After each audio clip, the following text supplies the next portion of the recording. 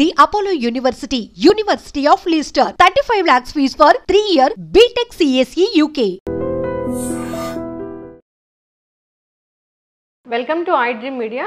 So జనరల్గా మనం రోజే తినే ఆనియన్స్ అంటే ప్రతి కూరలోనూ మనం ఆనియన్స్ అని యూజ్ చేస్తాము. అయితే జనరల్గా ఇట్లాంటి ఆనియన్స్ చూస్తాం, అంటే ఇంత ఫంగస్ వచ్చిన ఆనియన్స్ కూడా చూస్తాము.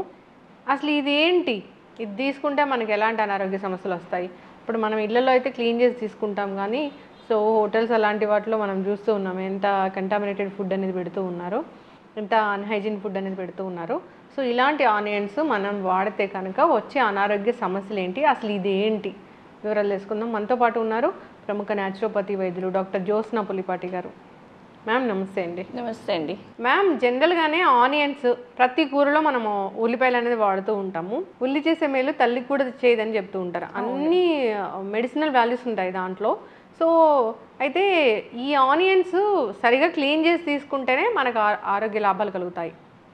నేను చెప్పినట్లుగా దాంట్లో ఒక ఫంగస్ లాంటిది ఒక బ్లాక్ ఉంటుంది, అది మాత్రం అస్సలు వాడకూడదు అని చెప్తూ ఉన్నారు. అట్లాంటి ఆనియన్స్ వాడకూడదని. ఆనియన్స్లో అసలు సెలెక్ట్ చేసుకునేటప్పుడు ఎట్లా సెలెక్ట్ చేసుకోవాలి? సో ఇప్పుడు ఆనియన్స్ మనకి మామూలుగా మనం కూరగాయలు వెళ్ళి కొంటే ఆర్ ఉల్లిపాయలు కానివ్వండి, ఒకవేళ మనకి రైతు బజార్లో మనం వెళ్ళి కొంటే గనక వాళ్ళు కంప్లీట్లీ మనం ఒక 100కి 3 kgs 4 kgs అనేది అమ్ముతున్నారు. ఇప్పుడు వాళ్ళు మనల్ని ఏమి ఏరునివ్వరు, ఒకటి పిక్ చేసుకోవడానికి అవకాశం ఉండదు. వాళ్ళు మొత్తం తీసుకొని అంతే 100 రూపీస్కి 4 kgs తీసుకొని ఇట్లా వేసేస్తారు.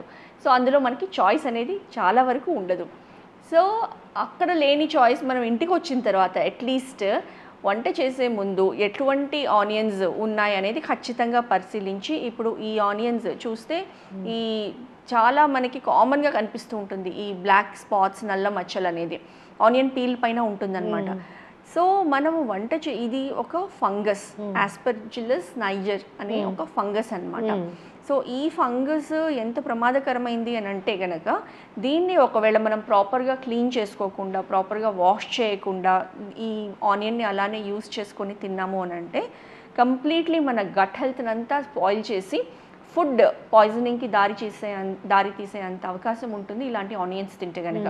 మనకి ఇమీడియట్లీ ఒకవేళ ఇలాంటిది తీసుకుంటే ఈ ఫంగస్ వాంతులు రావడము, విరోచనాలు అవ్వడము, కంప్లీట్లీ స్టమక్ అప్సెట్ అవ్వడము, డీహైడ్రేషన్ కాజ్ చేయడము అనేది దీంతో జరుగుతుంది. ఇంకా చిన్నపిల్లలు తట్టుకోలేని కండిషన్లో ఉంటే కనుక ఈవెన్ ప్రాణాలు కోల్పోయేంత కండిషన్ కూడా వెళ్తుంది. అంత సివియర్ టాక్సిన్స్ ఇందులో ఉంటుందన్నమాట. ఈ ఆనియన్స్ అనేవి అంత డేంజర్ ఇవి.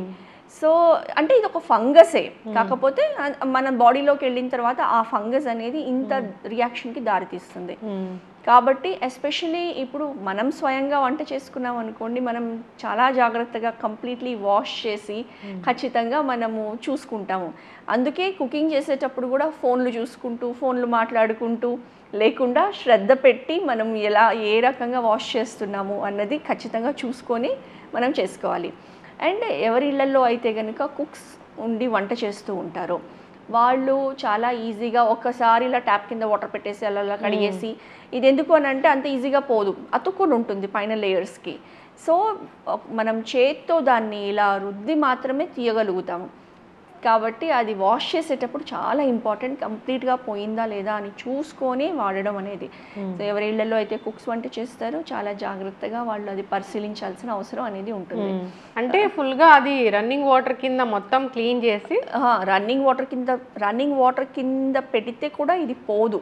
మనము చేత్తో దాన్ని అలా వైప్ చేసి వాటర్ కింద క్లీన్ చేస్తేనే అది పోతుంది. దాని తర్వాతనే ఆ లేయర్స్ అనేవి సో మనం అందుకే జస్ట్ పైన పొట్టు కాకుండా పైన లేయర్ అనేది కూడా తీసేస్తే ఇంకా మంచిది. బికాజ్ ఆ పైన లేయర్లో ఈవెన్ అది ఉన్నా, దానిపైన ఏమైనా కొంతవరకు ఉన్నా కానివ్వండి అది వెళ్ళిపోతుంది అనమాట. సో అది చాలా చాలా ఇంపార్టెంట్ మనం ఈ ఆనియన్స్ యూస్ చేసే ముందు. సో ఆ ఫంగస్ ఏదైతే ఉందో మనకి అది completely not just gut health, మన న్యూరలాజికల్ టాక్సిన్స్ కూడా క్రియేట్ ఆర్ స్టిమ్యులేట్ చేసే అవకాశం ఉంటుంది. అయితే మ్యామ్, నేను మా కజిన్ హాస్టల్లో ఉంటా, ఎంత ఇంటర్మీడియట్ వెళ్ళినప్పుడు అక్కడ ఆనియన్స్ కట్ చేయడం అనేది నేను చూసాను. నాకు చాలా భయం వేసింది. అంటే ఇంత ఎక్కువ ఆనియన్స్ తెచ్చారు, ఒక పెద్ద గిన్నెలో వేశారు. అంటే అలాంటి ఆనియన్స్ కూడా ఉన్నాయి, దాంట్లోనే క్లీన్ చేస్తున్నారు, మళ్ళీ కట్ చేస్తున్నారు, మళ్ళీ దాంట్లోనే వేస్తున్నారు. అంటే వాళ్ళు ఇంకా దాన్ని ఎక్కువ ఎక్స్పోజ్ చేస్తున్నారు. అవును, అదే అసలు క్లీనింగ్ ఎంత ఇంపార్టెంట్, వెజిటబుల్ ప్రాపర్ క్లీనింగ్. ఇప్పుడు హాస్టల్స్లో ఎక్కడైతే కమర్షియల్ ప్రిపరేషన్స్ ఉన్నాయో, రెస్టారెంట్స్లో, హోటల్స్లో ఎక్కడైనా చూడండి, ఎక్కడైతే ఎక్కువ క్వాంటిటీలో ఈ ఆనియన్స్ తరగాల్సి వస్తుందో వాళ్ళు చేసింది ఎవరో తింటున్నారు, కాబట్టి వాళ్ళకి అసలు అవసరం లేదు. అన్లెస్ వెరీ గుడ్ హోటల్స్ అయితే తప్ప, అది కూడా మనం చెప్పలేము. ఎక్కడైనా కానివ్వండి, మనుషులే కదండి పనిచేసేది.